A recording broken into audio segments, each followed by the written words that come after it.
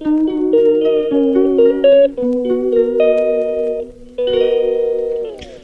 Morning, welcome back to my channel পারমিতাল ব্লগে। আপনাদের অনেক অনেক স্বাগত। আশা করি সবাই ভালো আছো। আমার কাল থেকে একটু জ্বর, শরীরটা খুব একটা ভালো নেই। সবাই যেন আজকে বিপত্তারিণীর উপোস।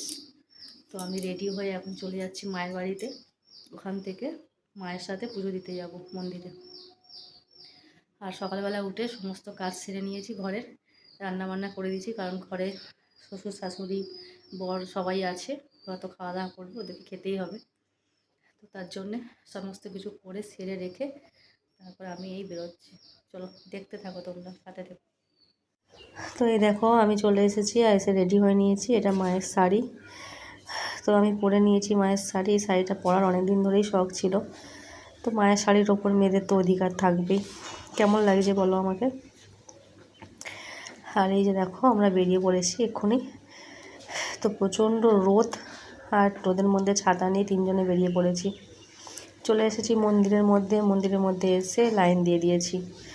দেখো লাইনটা কোথা থেকে শুরু করেছি, এই লাইনটা পুরোটা ঘুরে ঘুরে ঘুরে ঘুরে মন্দির অবধি গেছে। তো আবারও দেখাচ্ছি। এই মন্দিরটা অনেকেই আমার ভিডিওতে দেখেছো, আবারও দেখে নাও। এটা আমাদের হাওড়া জেলার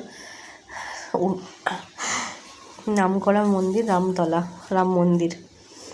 তো এখানে পুজো হয় বিপত্তারিণী। দেখো আমরা কাছাকাছি চলে এসেছি লাইন টেনে টেনে।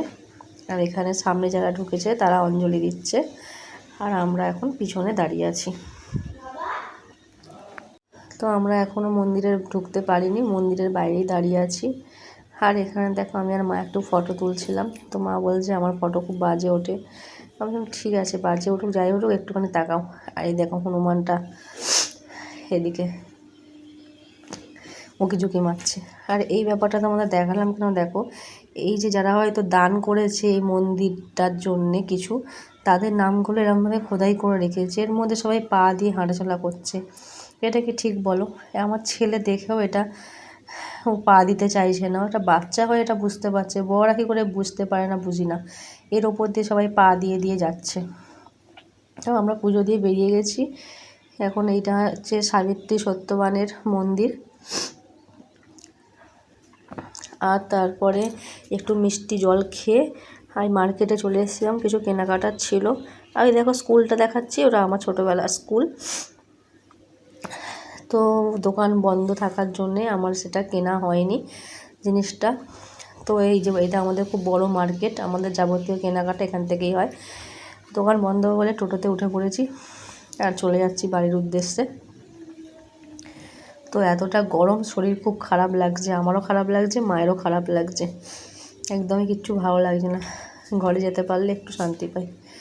তো এসে একটুখানি রেস্ট নিয়েছি, নিয়ে এখন মা রান্না করেছে। আমি ঘুমিয়ে পড়েছিলাম। মা রান্না করেছে আলুর দম, আর আমি একটু সুজি খেতে চেয়েছিলাম, সুজি করেছে, লুচি, ছোলার ডাল আর মিষ্টি ছিল সাথে। তো আমার মা এত পরিশ্রম করে উপোস করার পর আবার এত কিছু রান্নাও করেছে আমাদের জন্য। দেখো কেমন লাগছে। আর খেতে সত্যি খুব সুন্দর হয়েছে। আমার মায়ের হাতের রান্না সত্যি খুব ভালো লাগে আমার। টাটা, সবাই ভালো থেকো, সুস্থ থেকো।